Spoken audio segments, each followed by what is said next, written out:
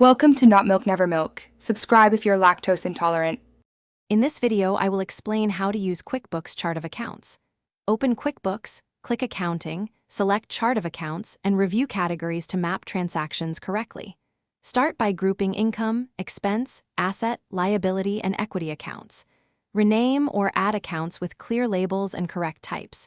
Use sub-accounts sparingly to keep reports readable.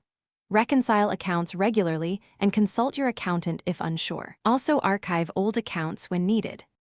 Begin by planning your account structure to match your business activities, then add accounts in QuickBooks under Chart of Accounts. Name each account clearly and pick the right account type so reports show correct totals. Add opening balances for bank and asset accounts when necessary.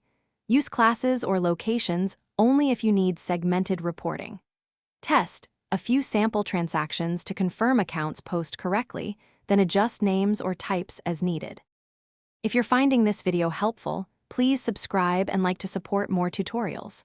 Quick recommendation: the Echo Dot smart speaker brings hands-free timers, reminders, and music to your workspace, and it's great for setting short accounting timers or playing focus playlists. It fits small desks and sounds surprisingly big for its size. Check the description for the Echo Dot link and other deals. Now let's get back to the video. Schedule a quarterly review to clean up and optimize your chart of accounts, merging duplicates and deactivating unused accounts.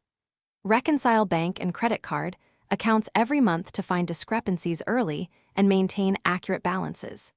Keep a change log of any account renames or type changes and notify your bookkeeper or accountant to avoid confusion. Use reports to check unusual balances and correct entries promptly to keep financials trustworthy.